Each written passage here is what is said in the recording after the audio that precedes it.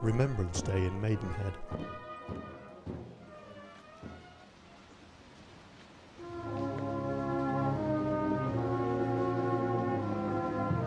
The community and its leaders come together at the town's war memorial to remember the fallen from 2 world wars.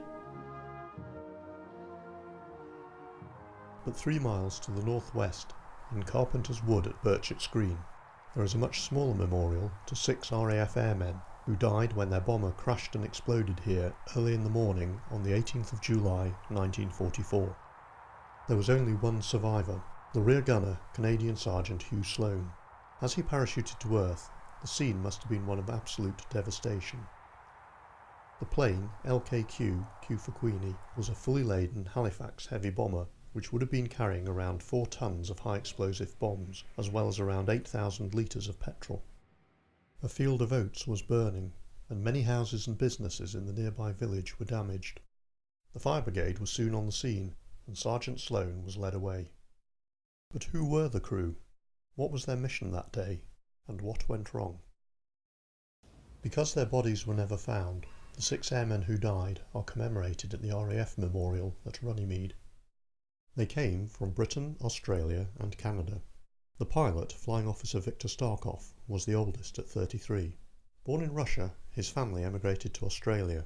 He volunteered for this, his 40th and last mission, and was awarded a posthumous Distinguished Flying Cross. Working back through the aircraft, Flight Sergeant Ivor Morgan, 20, was the bomb aimer. Behind him in the navigator's post was Pilot Officer Jan Fink, 26. His family lived in Finchley, where his father was a lawyer, and before joining up, Jan had studied at Oxford. Pilot Officer Lloyd Hopper, aged 24, from New Brunswick, a member of the Royal Canadian Air Force, was the radio operator. 4 months earlier, he had survived the crash of another Halifax, LKJ, as it returned to base from a raid on Le Mans. Sergeant Gerald Nicholson from Liverpool at 20 was the flight engineer, and Flight Sergeant Jack Clack was the mid-upper gunner. But why were these young men flying over the Thames Valley early that morning? Where had they come from? What was their mission? Q for Queenie was part of 578 Squadron based at RAF Burn near Selby in the West Riding of Yorkshire.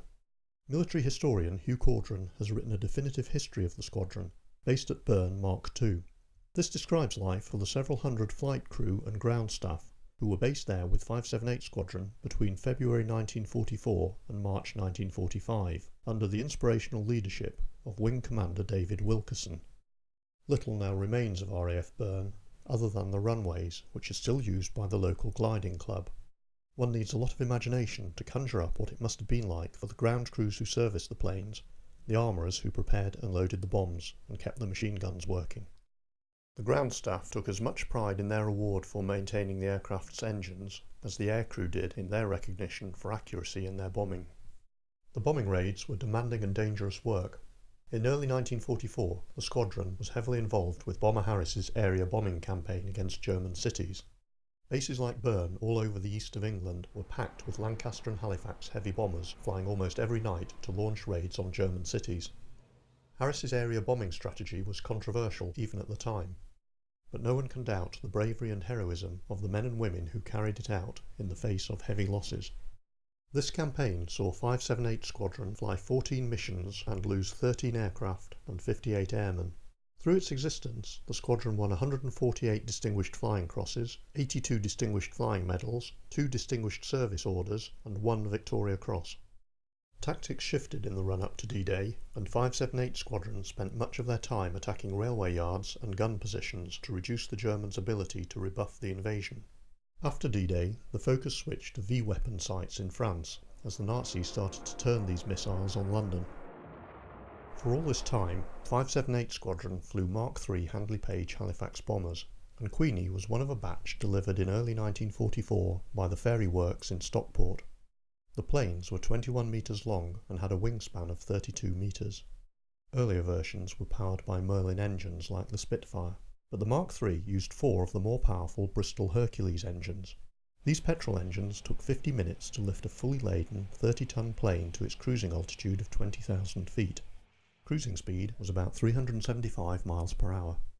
It is a mystery why Q for Queenie's inboard right engine should have caught fire on that fateful morning. Operation Goodwood was a major British attack against German positions southeast of Caen. It was preceded by a 2,000 plane bombing raid. 21 aircraft took off from RAF Bern at 4 a.m. on the 18th of July.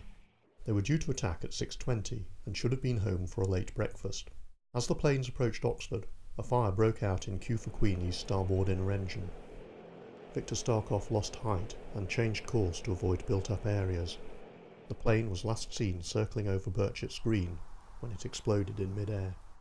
Hugh Sloane bailed out and was blown clear, but the rest fell to earth with Queenie and were lost in the explosion as the bombs detonated. The debris was cleared away and the woodland grew back. Queenie and her crew would have been forgotten without Hugh Caudron's dedicated work to create the memorial which stands there today. They shall grow not old, as we that are left grow old. Age shall not weary them, nor the years condemn. At the going down of the sun and in the morning, we will remember them.